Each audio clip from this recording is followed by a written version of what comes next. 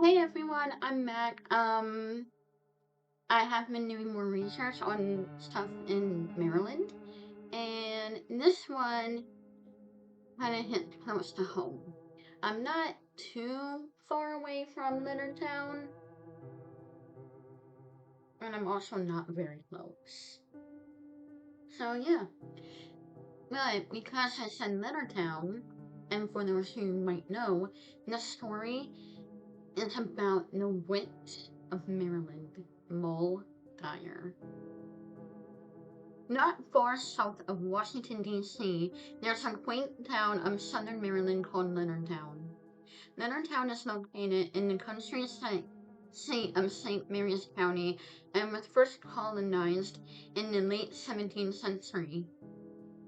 Before the settlers came, Leonardtown was a wooded area sparsely populated by the but, Piscataway tribe. When the English settled there in the 1600s, they brought their superstition with them. Soon, there was tales of a witch named Moll Dyer circulating among the fearful colonists in the 1600s, before Leonardtown had acquired its official name. It was home to a fairly small colony of English settlers. On the outskirts of town lived a woman known as Moll Dyer. Moll was a quiet lady who lived by herself in a small cabin in the woods. This cabin by today's standards would be considered a hut, but it was a home to Moll and kept her warm in the winter months. Moll's hut was located on a creek just outside of Leonardtown, now called Moll Dyer's Run. Although we don't, although if we don't know if Moll Dyer was considered herself a witch, she did things to set the colony wondering. Poor Moll begged for alms and foreigns for herbs to use for her indications, according to Rot. Hogue's Old Maryland's landmarks. Some say she was an old hag, while others say she was a polite and beautiful old lady. In addition, there are new research that Moll was the first interned sermon in the Caribbean before making her way to Leonardtown. They, the theory goes she may have learned African folk magic from the people in the Caribbean before setting down in Maryland once her contract was up. Moll Dyer's case isn't the first or only witch hunt that occurred in colonial Maryland. There was quite a few others, including a woman named Elizabeth Richardson, who was executed at sea on her way to the colony in 1657. Yet another woman before her, Mary Lee, who was also killed at sea in 1654, aimed an accusation of witchcraft. Around the same time, with witchcraft lawsuits were becoming a common practice in southern Maryland, the good old-fashioned witch trials wasn't unheard of. The only person to be executed on Maryland soil following a witch trial was Rebecca Fowler. She was accused of using dark magic to harm a man and performing witchcraft in a certain public places. She was hung in October of 1685.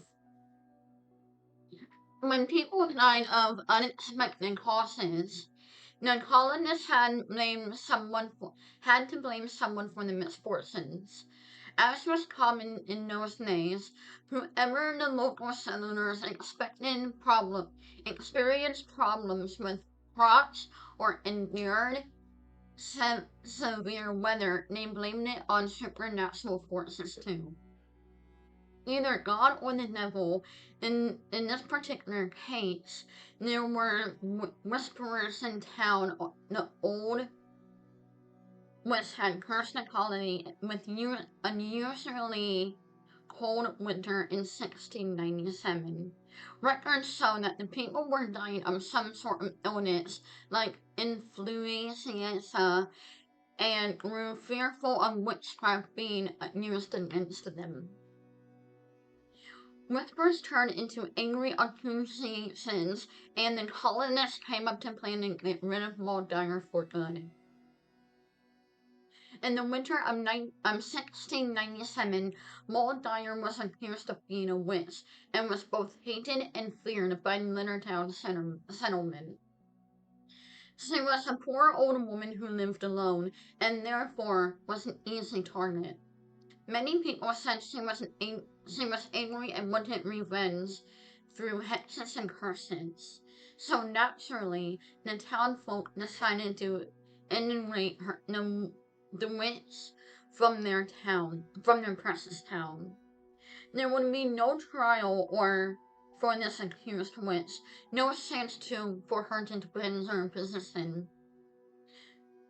She didn't quite understand why she wasn't at least arrested and tried, but the answer is likely massive hysteria and mob mentality. With torches, the townfolk set Moll Dyer's cabin on fire and left her in the flames to perish. Burn the witch, they all cried, but Moll Dyer escaped the flames and engulfed her ramshackle home and fled to the woods, where she escaped an angry mob.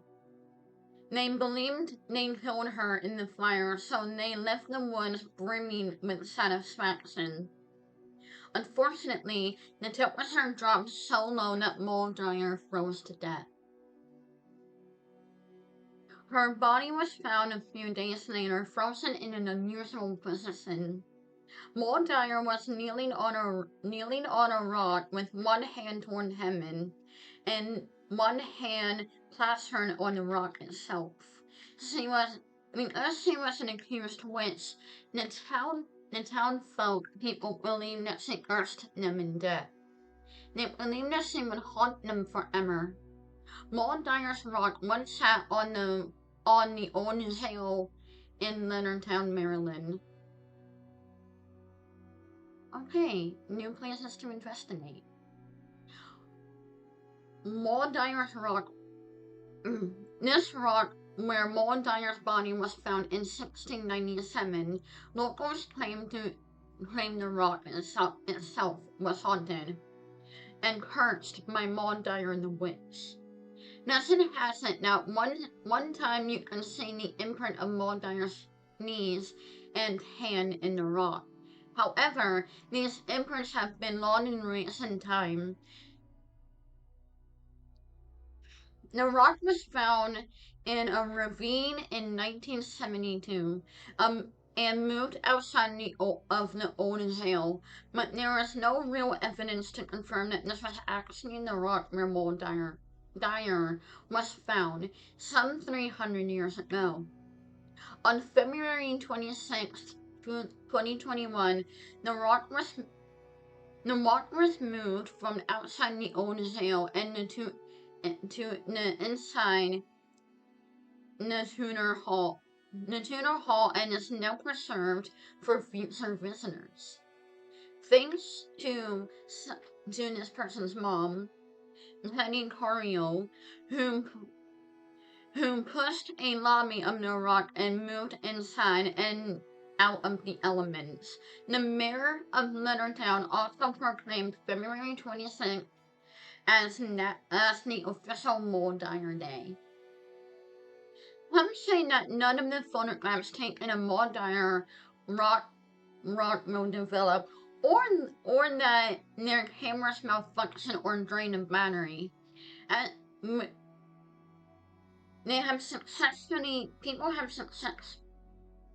People have successfully taken pictures of Moll Dyer's rock where it sat outside the old jail.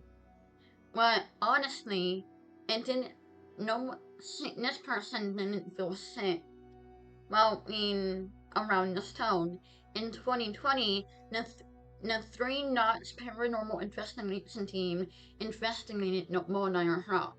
Wait, if it's in 3 knots area, I've been there many times, but I haven't been at the rock. Now, with it in the area of 3 knots road, I might need to get my mom to take me down there one time. But that area is crazy. Accidents everywhere, like all the time. I'm not even kidding you guys. So, with me, maybe being able to go to Moll Dyer's Rock might be a little wild. Unless we actually have to go to Leonardtown and I'll be like, hey, if we have time. There's a spooky area of town close to Moll Dyer's Road that is heavily wooded and split by a small creek. Locals believe this is where Moll Dyer's cabin once stood, and close to her death, then where her dead body was found in the late 1600s. The legendary curse of Moll Dyer impairs crops unable to grow, and that thunderstorms were plaguing the town's residents.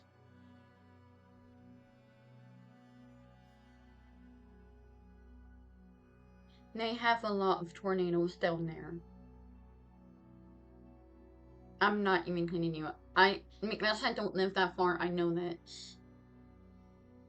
they literally have lots of tornadoes, especially in the summer. I don't know if that's just coincidence or if it's actually from Moll herself, but when I was doing this research, I had goosebumps all down and up my arms. Like, dang. One eyewitness tells of her story of going to the woods to explore on a sunny day. Out of nowhere, a huge thunderstorm chased her and her friends out of the woods. As soon as they left the forest, the sun was shining, as if nothing happened. They believed it was Moll Dyer running them out. Unusual amounts of lightning have been reported in the region of Moll Dyer and Great Moll Run. A few hunters claim they have seen the apparition of the accused witch herself, still roaming the woods searching for the men who caused her death. There are stories of unusual amounts of car accidents on the main road of Dyer Road. Documented evidence of Moll Dyer's life or death in St. Mary's County do not exist. And if they did, they were destroyed in the fire in the 18th century. There is documentation, however, that a family of Dyers lived close to Leonardtown in the 1700s, with a woman named Mary Dyer being on record. Moll was known to be a nickname for Mary back in those days, so it's possible that Moll did exist. But is the legend true, or is this just another mythical story told by locals? The town is now well known for its seafood, notably hosting an annual oyster sucking competition. Mostly, mostly a place to conduct court and businesses. Leonardtown does not have a large population, but it is only an incorporated town in the country. Downtown bustles with new restaurants and offices opening in recent years. One can visit the courthouse and the other historic buildings and then grab a bite to eat at the cafe. But before you get too comfortable, don't forget there's some place not far from downtown that is haunted by a local legendary witch. Now all the crazy weather and car accidents that happen there make sense. Excuse me. Again, is it coincidence? Or is it such freaky weather that just happens to be in that area all the time? I mean, people have died on that road many times, and I'm not talking about Moll Run. And if I'm right, and Three Knots Road is not far from Moll Run. And if you guys live in Maryland and you know what I mean by Three Knots Road, please comment down below. I mean, I wouldn't go to Moll Dyer's Rock. I really do. I have a camera, and I was going to use it this year in Gettysburg, but we didn't go because it soon popped up. But anyway, thank you for watching my channel and video. Please remember to like, comment, and subscribe. As always, I am Haunted Girl, and I'll spook you later. And until next time, pleasant dreams.